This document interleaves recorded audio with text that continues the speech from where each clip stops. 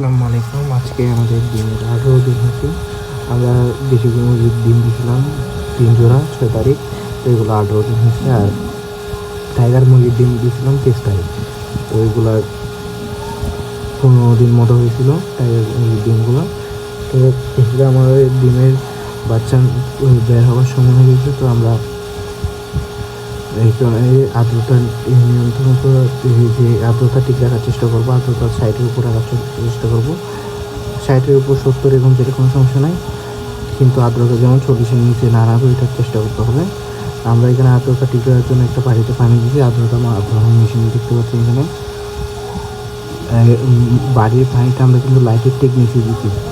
তাছাড়া এখানে একটা ফ্যান আছে যেটা চারদিকে এটা চলে দিচ্ছে।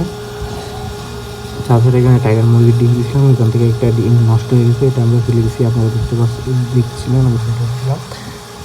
আর আমরা ডিম ফুটে বাচ্চা বের হওয়ার পর আমরা এখানে হ্যাচিং করবো এদের ডিমগুলো, বাচ্চাগুলোকে। তারপর আমরা আমাদের খামারে নিয়ে যাবো। আমরা এখানে টোটাল ডিম দিছি হলো 9 জোড়া।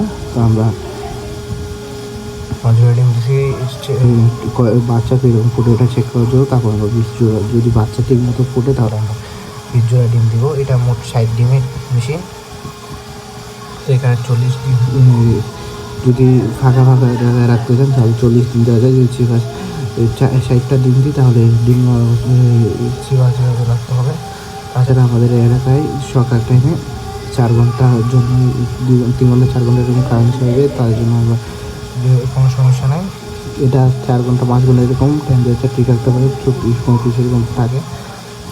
যদি আমরা এর থেকেও বেশি সময়ের জন্য কারেন্ট চলে যায়, অবশ্যই আমাদের এসি ডিসি মেশিনটা ইন্ডিকেটরটা কিনতে হবে। আমাদের এলাকায় এতক্ষণ কারেন্ট যায় না। চেষ্টা করবেন যেন ডিম ফুট বাচ্চা বের হওয়ার 3 দিন আগে যেন আর্দ্রতা আর টেম্পারেচার যেমন ঠিক রাখতে পারে।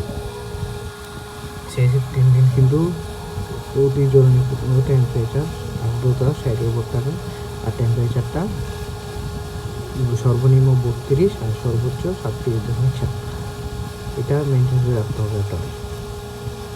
আচ্ছা, আমরা ডিমের নিচে কোনো কাপড় বা পেপার বিছাই নিই। তো যখন বাচ্চা ফুটবে, বাচ্চাগুলোকে বের করে আমরা এখানে একটা পেপার বিছিয়ে দেবো, তার মধ্যে ডিম বাচ্চাগুলোকে রাখবো। এখানে এদের 10 মিনিট রাখবো। তারপর আমরা আমাদের খাবারে নিয়ে যাবো এগুলোকে। সবাই একটু দোয়া করবেন আমি যেন ইনকিউবেটরটা ভালো হ্যাচিং রেট পাই। দেখেন, এটা আমাদের ডিমের টেম্পারেচার। আর্দ্রতা মনে হতে যাচ্ছে না, আপনারা তো দাঁড়ান।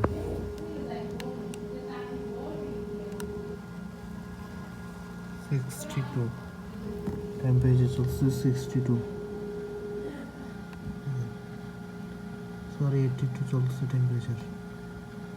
এই মেশিনটা মনে হয় নষ্ট হয়ে গেছে, চেঞ্জ করতে হবে আমাদের। আর্দ্রতার মেশিনটা চেঞ্জ করতে হবে।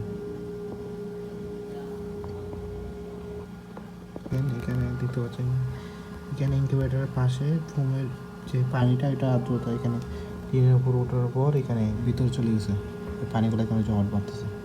এগুলো খেয়াল রাখতে হবে, এগুলো পানিগুলোকে বের করে দিতে হবে। যখন নতুন এগুলো ডিম ফোটানোর পর যখন আবার এগুলোকে এখানে হ্যাচিং করবে, হ্যাচিং করার পর বাচ্চাগুলোকে বের করে নতুন ডিম দেওয়ার সময় এগুলো পানিগুলোকে পরিষ্কার করে দিতে হবে ভিতর থেকে। দেখতে পাচ্ছেন, দেখে দেখেন।